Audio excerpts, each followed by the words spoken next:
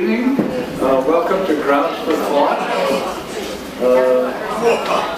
Most of you I know already, but this is something we've been doing on the last Tuesday of the month since August of last year, with a variety of subjects, from trade with China to what climate change debate has done to the environmental movement.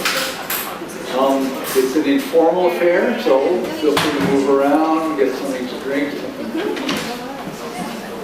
I'm David Cayley, a retired broadcaster and writer, and a member of the board of the Energy Pro Foundation, who owns this place and who sponsors Ground for Thought. And our subject tonight is Megaprojects. And with me is Brady Yawk, who's the director of the Consumer Policy Institute at the Energy Pro Foundation. What? You want me to talk louder? Yeah? More volume? Well, I can talk louder. I mean, I'm trying to actually talk more quietly. So, is that all right? Like that? Yeah? Yeah? I don't want to feel like I'm yelling at people, but could you come closer? I want to crowd your space. That might be a solution, because I feel quite loud as I'm talking now. I'm quite unnecessarily loud. So, anyway, all right. So I was introducing Brady, who is also a writer, broadcaster, now and then.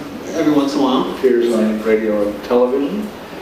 And he's going to talk about the fact that our utilities are building ever larger mega projects,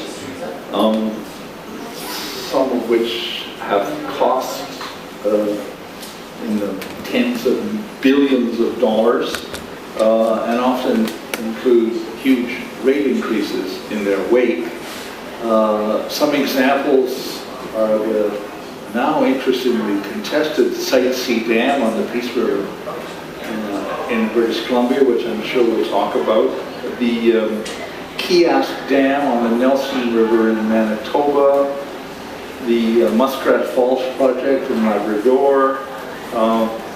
And in Ontario, notably, the refurbishment of the Darlington nuclear plant, which is a very, very big ticket item. So these are all public projects and all, therefore, theoretically under the oversight of public officials who have our best interests at heart. But I think Brady is going to contest that. I think we can begin from there. Sure. Maybe you can begin with a kind of survey.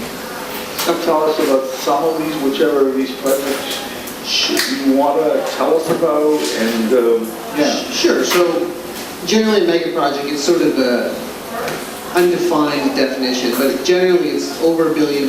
Anything that's over $1 billion goes in this mega project category. So in Canada right now, the energy sector in particular seems in love with mega projects. It's not just a Canadian thing, actually. The Economist said that we're in the age of mega projects all around the world, that there's more mega projects being done now than in the history of mankind. I don't know where they got that statistic from, but that's their story. So in Canada, you see, you mentioned Site C Dam in BC. It's almost a $9 billion dam. BC Hydro's had it in its books for decades, and it's never had the sort of wherewithal to get it pushed through. But the recent government said, I think your exact quote was, "I'll get it beyond the point of no return." So I think at this point it's probably going to get pushed through. Then you have the Kiosk Dam in Manitoba. Started off as a $3 billion project, now it's turned into a $9 billion project. It's years in delay, and it's essentially pushing the utility into financial insolvency. You have the nuclear refurbishment here in Ontario. It's almost $13 billion. Ontario has a long history of these things being very bad, so we're going to wait and see what happens. And then you have the Muskrat Falls project in Labrador, Newfoundland Labrador, which is started off as a $6 billion project, is now $12 billion and counting. And the company, the utility's own CEO at this point has called it a boondoggle. And he says he wouldn't do it if he could go back in time, but at this point we're beyond the point of no return. The head of Hydro-Quebec? Now it's called Malcor. It's essentially Newfoundland's public utility. And he was appointed in 2015, and he had a long look at it. And he said, "This is terrible." And in fact, he called it worse than the infamous Churchill Dams contract that Hydro-Quebec has, which has been part of the Newfoundland political scene for I think 4 decades. Yeah, well, some of these projects are very old, right? I was the host of the morning radio show in British Columbia in the mid-1970s, when I would have said the Site C dam was definitively stopped. That was in the 80s. The Utility Commission actually said there's no Same reason for it. project. Yeah. So sometimes utilities sit on these projects and they wait. So for example, OPG, which owns all the Ontario Hydro stuff, it still has a plot of land to build 4 more reactors in Darlington. That's held on to for decades. But it's not going to do anything with it. But they want to keep it in the back burner, so in case the government ever decides you can build it, you're ready to do it. Well, why? We're talking about the philosophical question of Megaproject. It always comes down to this, like, why would you do it? And in every study on it, the cost overruns are significant. Always 50%, 60%. Sometimes, in the case of Kiosk, it's 270% over budget. So people are asking, why would you continue to do this even though you know it's going to go over budget? And megaprojects take on a life of their own. We talk about the philosophical life of megaproject. And they become something bigger than just producing power. They become something that becomes a nation-building exercise. So Newfoundland, for example, Muskrat Falls was defined as a way to stick it to Hydro-Quebec. Hydro-Quebec's made all this money on the project. So Danny Williams in 2010 said, we're going to build Muskrat Falls. He said, Quebec's days of stranglehold on Newfoundland are over. So it had this political expediency around it that wasn't just a normal infrastructure project. And it's always been like that with these sorts of mega projects. What about Site C? Do they need the power? They've said for decades they have, and then a decade later, when you look back, they never did.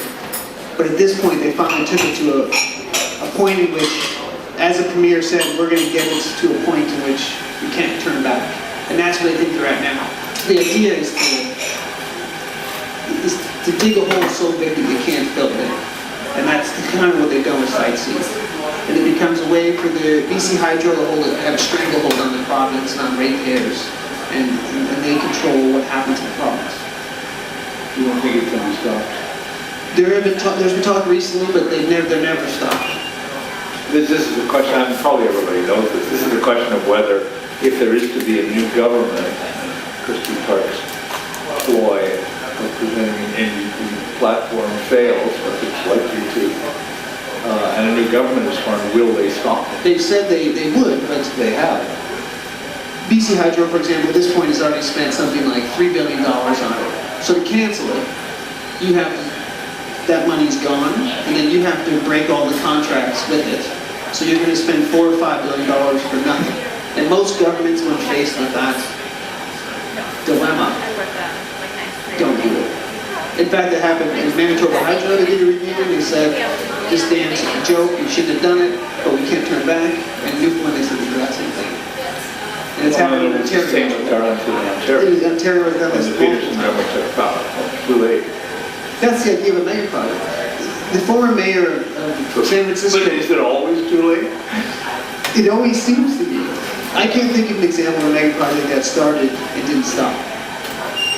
The former mayor of San Francisco had this great quote where he says, if the public knew the real price of projects, they'd never approve it. So the idea is to start building and build it so big and so quickly that by the time the real price comes, the public can't say no. And he said this publicly in a newspaper article. It sort of, it unmasks the whole debate. But the idea is to just do it and then deal with the costs later. Okay, what about Darlington, since we're in Ontario? Yeah. So I've written a lot about Ontario. Yes. And I often think Ontario is the most poorly run electricity sector in the province, or in the country. Until you start looking at the other provinces, then you realize it's not that bad here, which is a sad state of affairs. And Darlington's a good example, because in the past, whenever they did a refurbishment, they went all in. But for this one, they've actually split it up into 4 units. Conceptually. I don't think they'll actually do it, but the idea is if you build one and it goes off the rails, you don't refurbish the other 3 units. So they've put in some sort of or check to prevent this idea of building it so big that you can't stop. Okay, so Darlington is not the worst example. No, and it was very surprising for me to actually admit that the Ontario government did something somewhat smart when it came to Do you agree with the idea of doing it in the first place? No, and this is a common theme of all mega projects is that the regulator is always sidelined. The regulator never gets a good look at what's going to happen. So in BC, the Site C dam was taken away from the Utilities Commission. In Manitoba, it was taken away from the Utilities Commission. Darlington, the OEB never got to have a public look at it.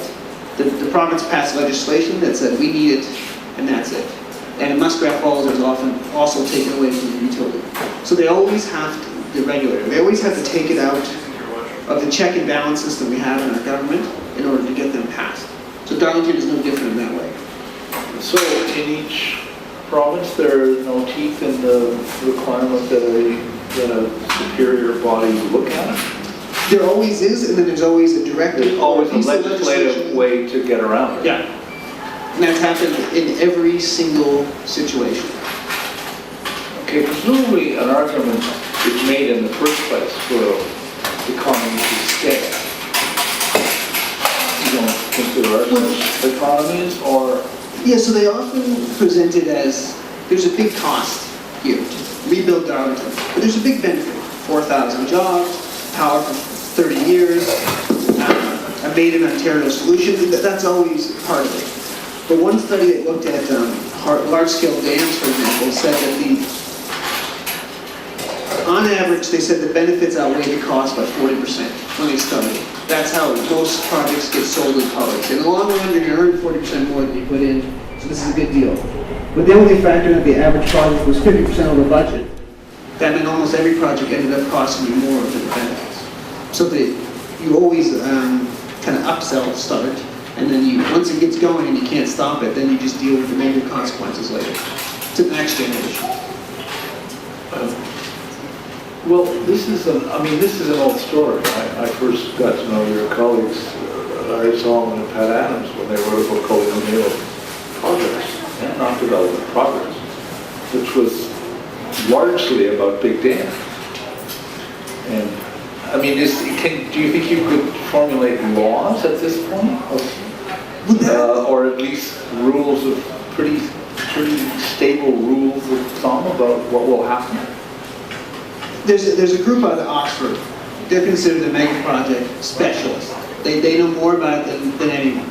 And they've looked at data over 70 years, and they found that there's been actually no improvement in cost forecasting or schedule forecasting when it comes to mega projects over 70 years. Even though 70 years ago you had no internet, no computer, no fancy statistical models, no anything, through all that technological advancement, we still aren't able to get it right. Over 70 years. And so part of me, I know it's an old story, but the fact that we're in the age of the mega project shows that the old story hasn't worked. That people still haven't accepted the fact that we can't get them right, and we never can get them right. And that's sort of the reality of it. And it's amazing that's gone on for so long, but there's still no evidence that we're better at it now than we were in 1940, for example. Are there any exceptions? Yeah, so every once in a while a project comes in on budget. It's about 1 in 10, I think it's even less than that, probably close to 1 in 100. So maybe in Darlington you get the sweet spot, and we're there, we hit it, and it's on budget. But you can guarantee that across Ontario, or across Canada, with 4 projects, they're not going to hit it. And in fact, all the other ones have the blood. We're sort of waiting to see if Darlington's able to do it, but no one else.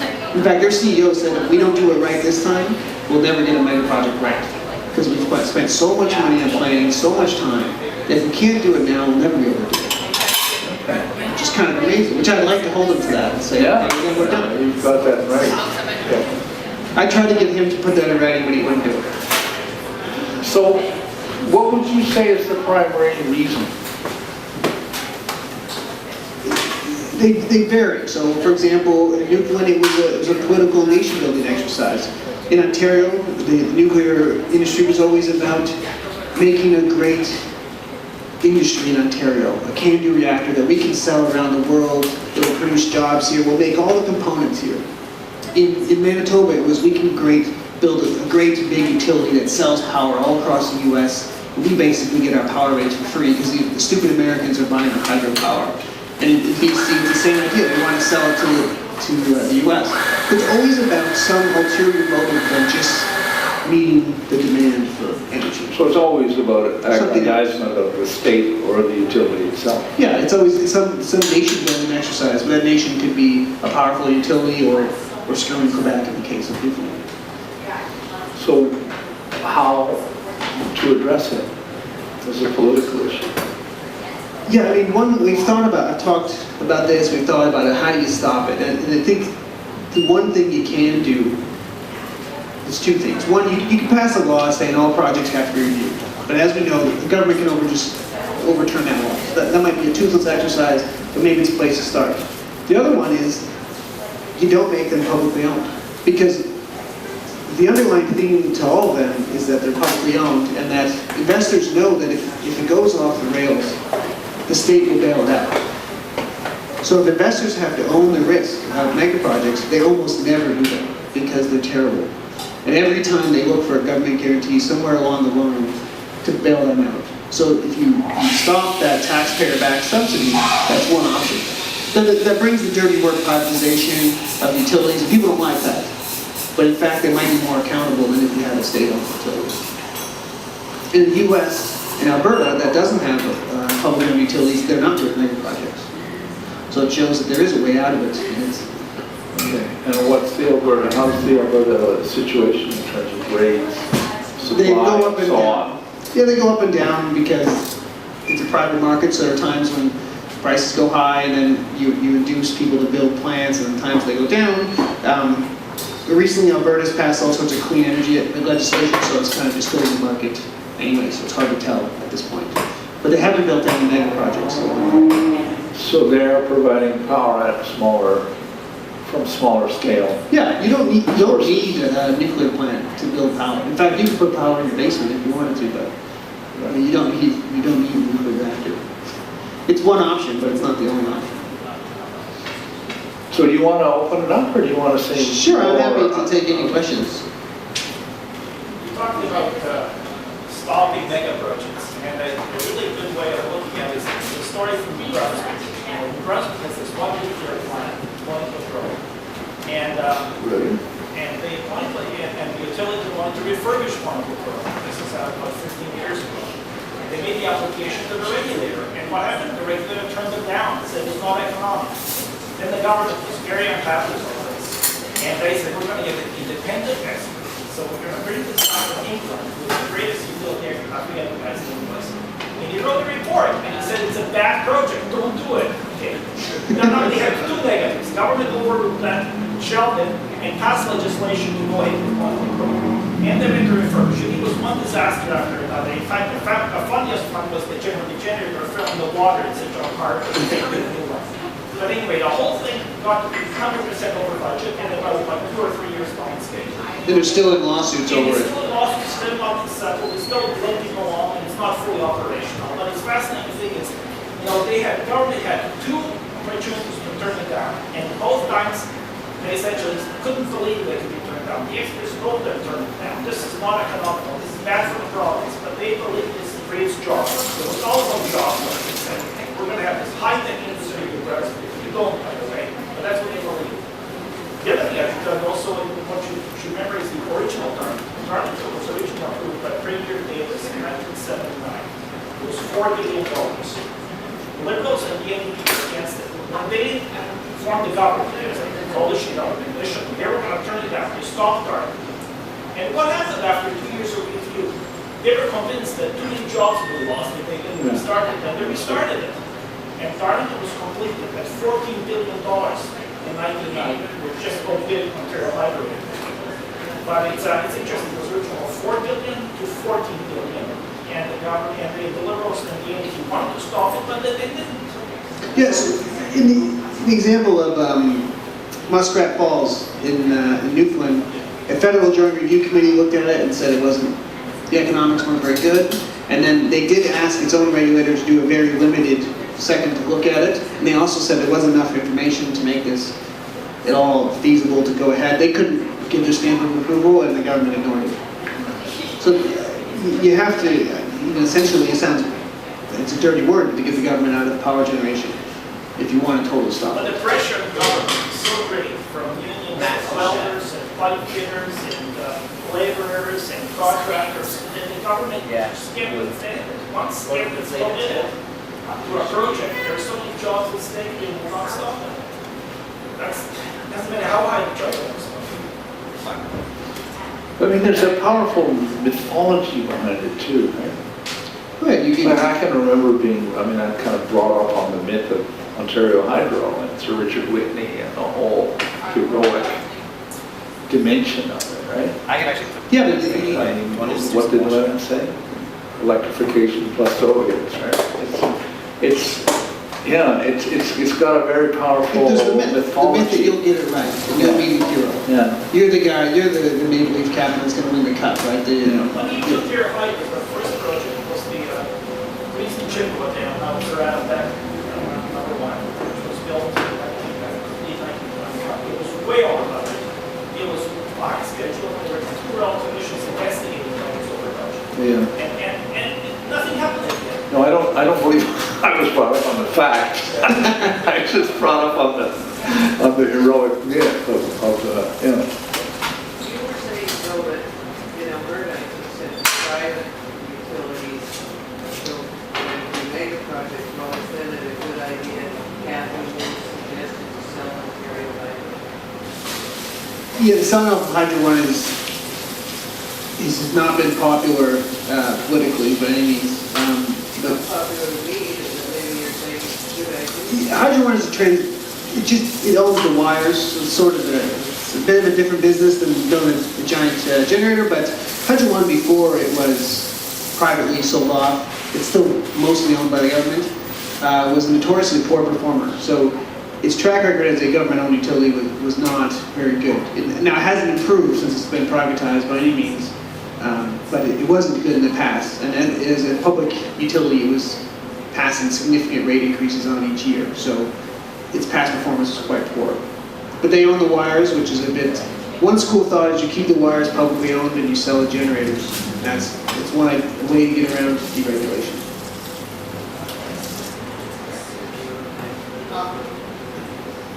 Thanks. In a slightly different but maybe related thing, do you ever think of the Ontario's Green Energy Act as a type of mega project in and of itself? Yeah, our organization has spoken about that. The Green Energy Act wasn't presented to the public as a mega project, but then it quickly turned into that. So the dollars at stake in the Green Energy Act are really much larger than Darlington or any sort of these other projects. They sort of happen over a longer period of time and to a wider variety of actors. But yeah, the Green Energy Act did turn into a form of a mega project that was politically dictated. So yeah, you could call it that. Conservation has turned into what you would call a mega project in Ontario in the sense that we spend billions of dollars on it and it's almost totally politically controlled at this point. Before you go on, could you say more about conservation as a mega project? Yeah, conservation has become, it started back in the 70s or 80s, the idea of a megawatt, where you want a megawatt of power saved is better than producing one. So the idea came from there. And there's a very strong economic argument for conservation. You and I went on the lower energy bill, so we'll find ways to conserve energy. But what happened in Ontario is it turned into all the government agencies are the ones that give all the funds for conservation. So it became a way to pick and choose who they determine gets the kind of conservation money and who doesn't. So it turned itself into a mega project because it all runs through government agencies. It costs, I think at this point, $2 or $3 billion, so it's been quite expensive. Yeah. We're also with the smart grid things for the long line of green energy. As a whole, these property reserve companies, do you guys see a track record that it's a traditional products, or is there a hope for that these new kinds of products will be better than average, or in terms of like return on investment, in terms of that?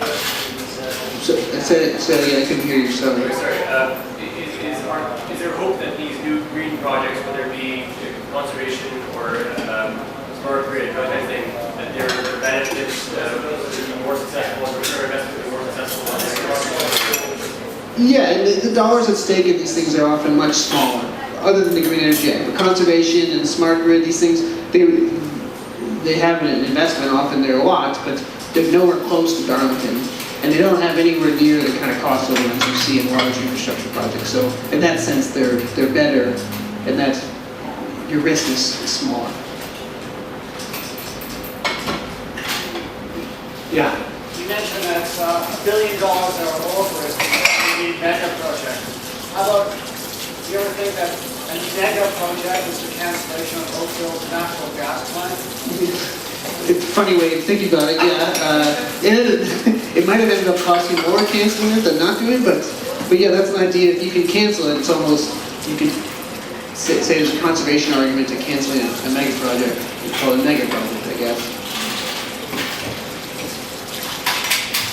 Anybody else? The second point that in the Megaprojects we talk about, it's all just the taxpayers.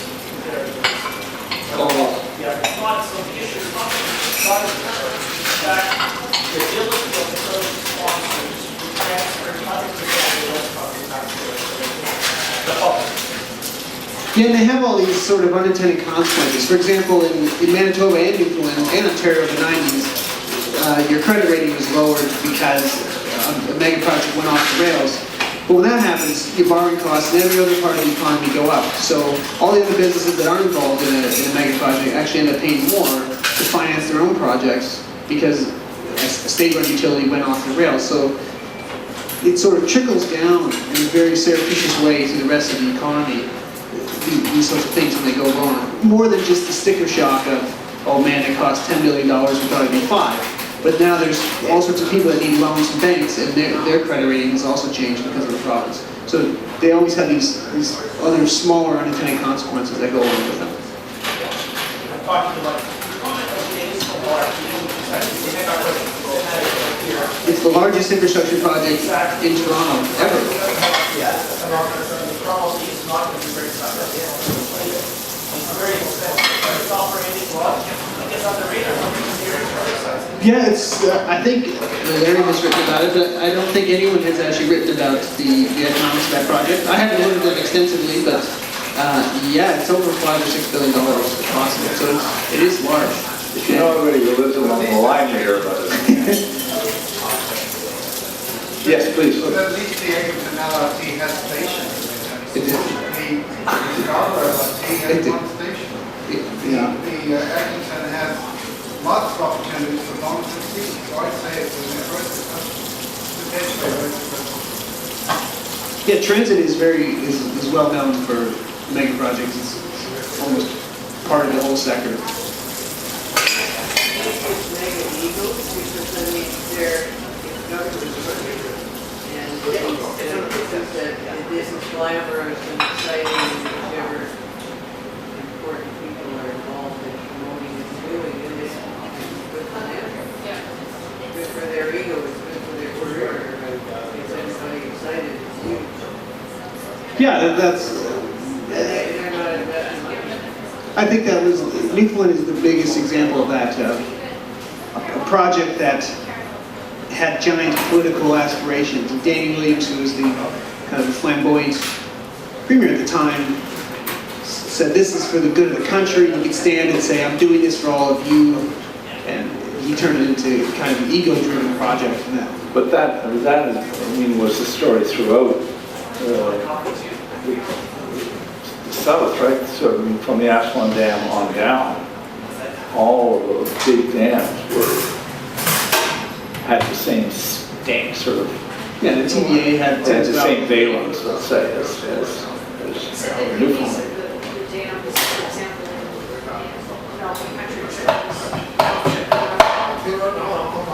And so the companies that were getting contracts were taking drives to politicians.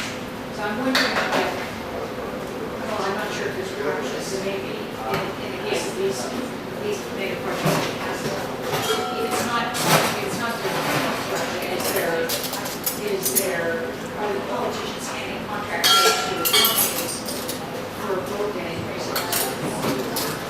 Yeah, I mean, I know in the case of Ontario's Green Energy Act, most of the contracts ended up going to a small group of companies, many of which donated very generously to the government. I don't think there's any smoking gun of corruption, but it's pretty clear what happened.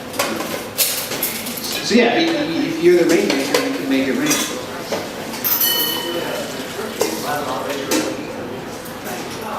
It seems to me that the assessment that needs to be done is not the one before it's built or as it's being built. The assessment needs to be done 10 years later. In other words, what is the stream benefits versus the sunk cost of the investment? And for example, in the dam project which you're focusing on, what you're doing when you build a dam is you're interrupting the flow of a river, the natural flow of a river. And over time, that lake that you filled in, which is going to create the rush of water to create the power through the generators, eventually that lake fills in through dirt being brought down from higher up. So what's the, eventually there's not going to be the water there because they fill in. What can you tell us about this in terms of longer-term assessment of these projects? Oh yeah, well I mean the dams and various big mega projects that they almost always shape the world in a way beyond just delivering power. But looking at it 20 years later and saying, oh, the dam ruined the river is almost, it's beyond the fact, it's already happened. So if you don't stop it to start with, then all you can do afterwards is say, look at this terrible job we did. Maybe we shouldn't do this in the future, and inevitably some other government comes along and says, oh, actually, we figured it out now. It's cleaner and greener, and then they go ahead and 20 years later you repeat the process. So the idea is to not, the post-mortem is problematic because it almost alleviates the previous government of their responsibility because it says, oh, well, now we've learned, they didn't know at the time, maybe we'll try something different this time. This is the problem with that. So, if my friend Nigel comes over and says he's going to build in the back stairs, and it's going to cost $1,500. He looks at it, he knows the cost of his lumber, he knows how long it's going to take him. He's accurate. Why? Is there something inherent in mega projects that make them go over budget, or do people just lie in the first place when they could perfectly well estimate the costs? There's two parts to that. One is there's research on are people lying when they present it? And so these guys from Oxford and other people that studies, they did find that when they went and interviewed people after a project was approved, the people admitted, oh no, we purposely misled everyone because our superiors told us to, and we knew right from the fact that it was going to be more expensive than we initially told the public. So there is a lot of evidence that you are being misled. Now the other thing is why can Nigel the carpenter build a set of stairs for $1,500, but 10,000 engineers at Ontario Hydro can build a nuclear plant on the project? And part of it is the length of time that a mega project goes on. It's inevitable that sometimes the technology is dated by the time you're done with it. Other times, it just spans so long that there's too many events that can happen within the time frame of doing it. And within each mega project, there's thousands of other projects that cost millions of dollars. And any one of those projects is a risk. And so you compound that risk by 10, 20, 10,000 times. Suddenly, what you think is, when you break it down all the individual projects as they do when they go to regulator, it seems they have all the risk under control. But when you multiply that over a large number of little projects, it becomes very risky. And that's when you definitely see at the end. One little thing happens. The classic example is the O-ring on the Apollo, right? You get one little rubber gasket and sends the whole thing flaming up the plane. So that's what happens in a mega project. The more risk, the more things you have involved, the more the risk, the higher the risk. Right. Larry. The projects you described are either dams or nuclear plants, and both of them don't emit carbon. To what extent has the climate change argument been used across the country to sell these? And has that been important as a public audit, or was it really not much of a factor at all? No, in all of them. So Site C, for example, you could sell the power to the Americans who burn coal and are environmental pariahs, so BC could come to the rescue. Manitoba made the exact same argument. Ontario's one of the biggest arguments to nuclear plants now is that they don't have to pay carbon costs, and so it makes them more economic compared to other forms of energy. And Newfoundland also said the same thing, that they would be the great green supplier of energy to the northeast of the US, which is largely natural gas and coal powered, and they could come in and provide a new green form of energy. Ignoring the fact that you're damming a river and all the negative environmental impacts of that, from a CO2 point of view, they were always seen as a great hero. And has that been important in selling the public, or has it just been an extra throwaway by the government? I think it is the start. So, for example, in Newfoundland, it was a very popular project up until recently, and now it's the first time ever that the public is largely opposed to it. So I think at a certain point, the economics of it become so bad that they outweigh the environmental benefits. I think it's happened in Ontario too. I think most people in Ontario supported the government's push, or part of the government's push, but then when the cost became so significant, you started to see a strong backlash against it.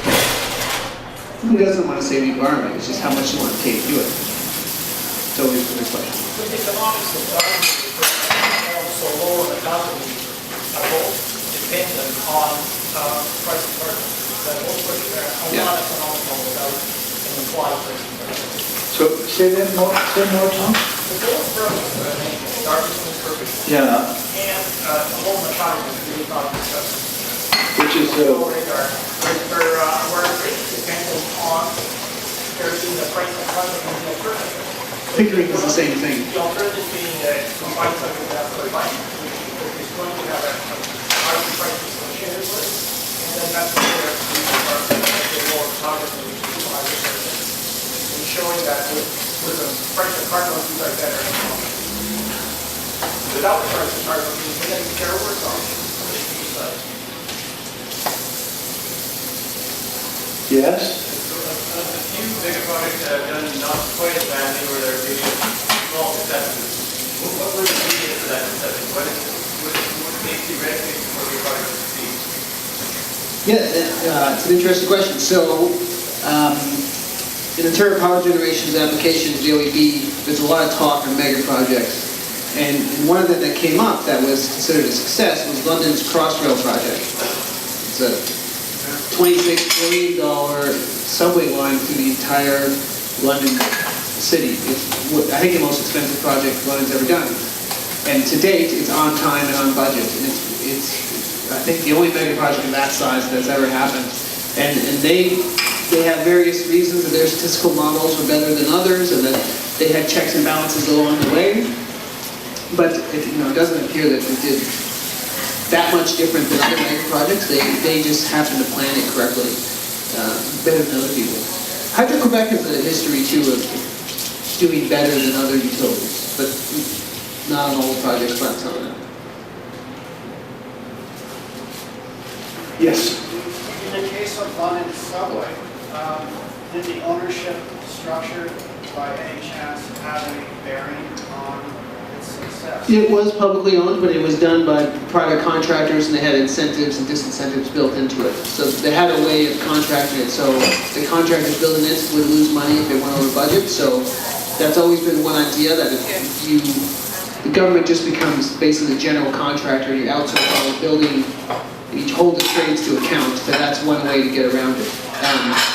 That has worked in this case, but there are a lot of cases where the government ends up paying out at the end. So it's not always a clear recipe. The clearest recipe is to make whoever builds and owns it responsible for the cost of it. That is the only way you're going to renovate your house on budget is if you have to pay for it when you're done. If you don't, then your incentive to finish it on time and on budget is almost non-existent. I was going to ask the same question, like you said, that London project exists.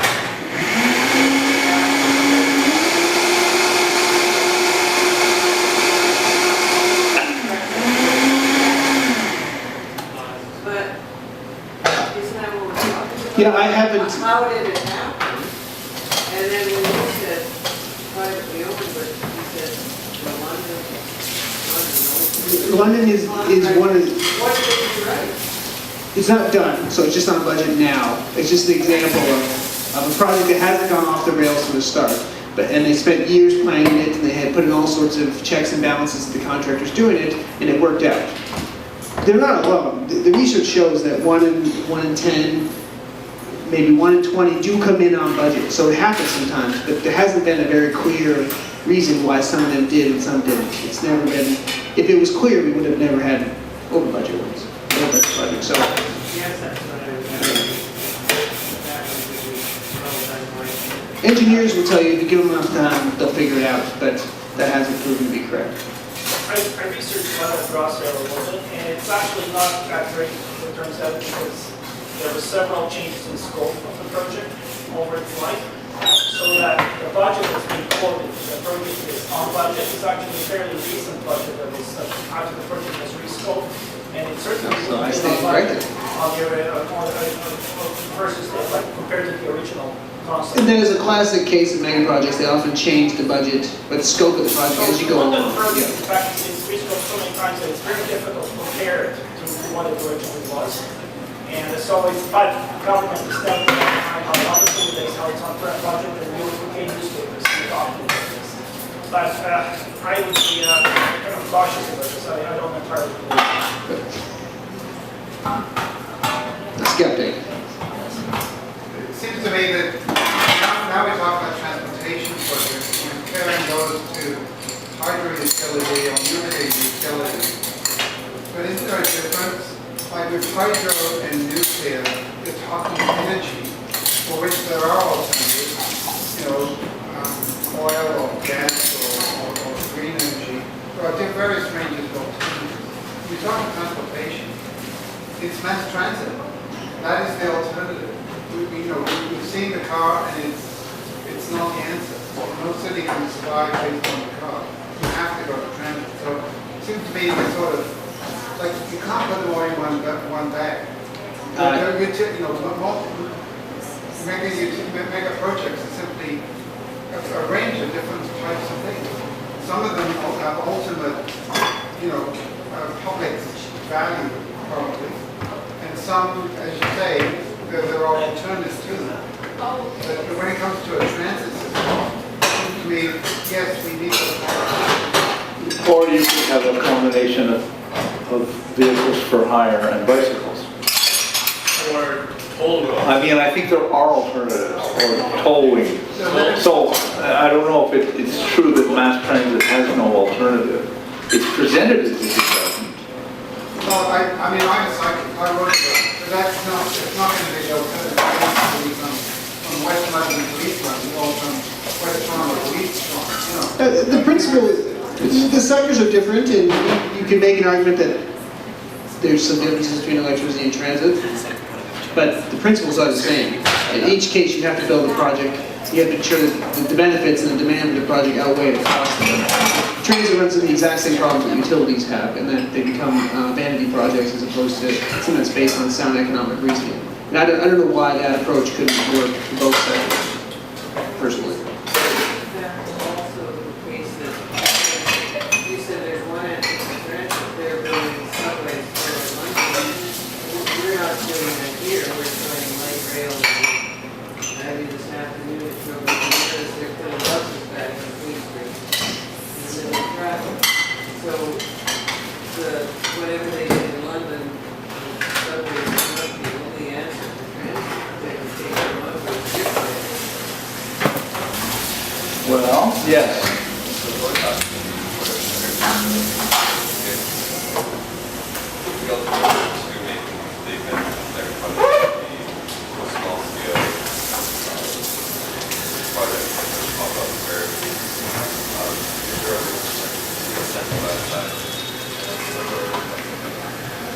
Well, that gets back to the idea, you hold the owners and the builders of various projects accountable for the risk that they take. So in a mega project, the risk is passed on to everyone else, like the utility.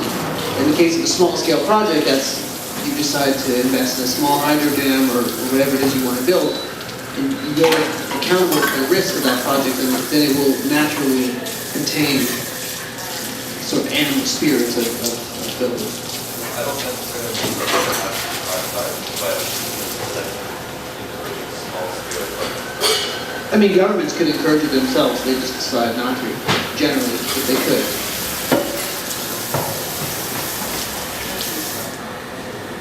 One last question. These are all giant projects, and I think everybody talks about economies of scale and justify it.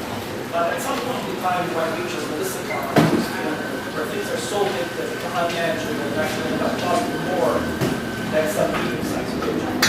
And people are struggling with this idea for a long time. Any comments on that? It's actually your area. Isn't this Well, the, the small is beautiful. well, no, the LH, things get too big and you can't control them? Or natural size of the project? Yeah, we were talking about that before. I mean, there is a tradition of thought which goes back to J.B.S. Haldane, an article called On Being the Right Size. Darcy Thompson, who wrote on morphology and why a horse has legs only this long. And I think that was the tradition that Leopold Kohr took up with his book, The Breakdown of Nations, and then on to Schumacher. And my man Ivan Illich also, right? And claiming that there is such a thing as the right size. There is such a thing as the right scale for things, right? And beyond that scale, they begin to get in their own way. So there is a precise, identifiable threshold of when something becomes too big. Obviously, that's relative to its function and what you think it's going to do. But I mean, Ivan Illich called that paradoxical counterproductivity, the moment at which any staple begins to get in its own way, and education systems began to generate stupidity. The example of Medical systems begin to generate ill health and so on. the example of Darlington, we can leave it at this.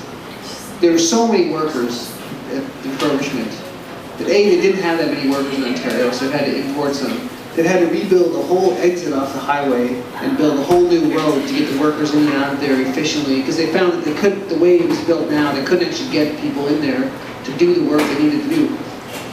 And when CEO was talking about this, I was thinking exactly what you were saying, that it's so big they can't actually do it, because they've had to redesign the entire highway system just to get people into the plant and out in some sort of efficient basis. But they seem to think that they can find their way out of it. But actually, I think more indicative of the problems are they're putting documents and procedures and manuals, and they're not capable of following them. Thousands and thousands and thousands of pages. Which is another example of exceeding the proper scale. Right? There's so many regulations that you can't follow any of them, and the regulations just get in each other's way. Yeah. So, yes? I was wondering whether Highway 407 could be an example of a mega project success. Not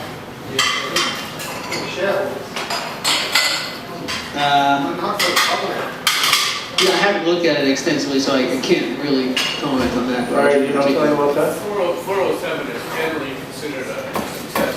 And Singapore has probably the most successful public transit system in the world, and part of that is the toll system. So there's virtually no congestion in the roads in Singapore.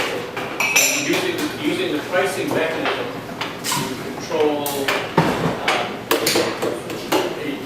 you control the amount of congestion that you can have in any one place. But there are many ways actually of regulating the use of the road system, including by densification. If you have higher density cities, it promotes a walking environment, a cycling environment. So there are many ways of dealing with the transportation needs of a city, other than large-scale public transit systems.